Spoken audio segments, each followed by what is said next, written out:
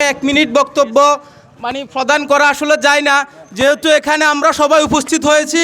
একটা কথা বলতে চাই, এই পূর্ব চরবাটার হাজীপুর নিবাসী যেটা দেখাইছে আমাদেরকে, এটা নোয়াখালীর জন্য একটা রোল মডেল হয়ে থাকবে।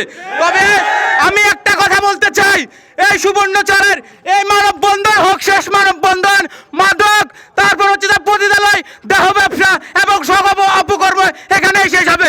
আর একটা কথা বলতে চাই, এক রাজিয়ার জন্য আমরা শত শত পুরুষ এখানে উপস্থিত হয়েছি, এটা আমাদের জন্য লজ্জা।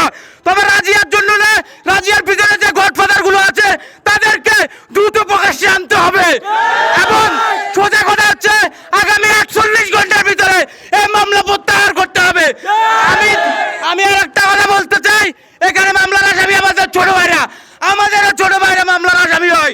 আমার কাকা দোকানে বসে মামলার আসামি হয়, যেটা সবচাইতে দুঃখজনক ঘটনা। তবে এই মডেলে, এই যে 1 নম্বর ওয়ার্ড হাজীপুরের মডেল ইউনিয়ন, আর একটা কথা বলতে চাই, আমরা অতীতের সব কিছু ভুলে যাই।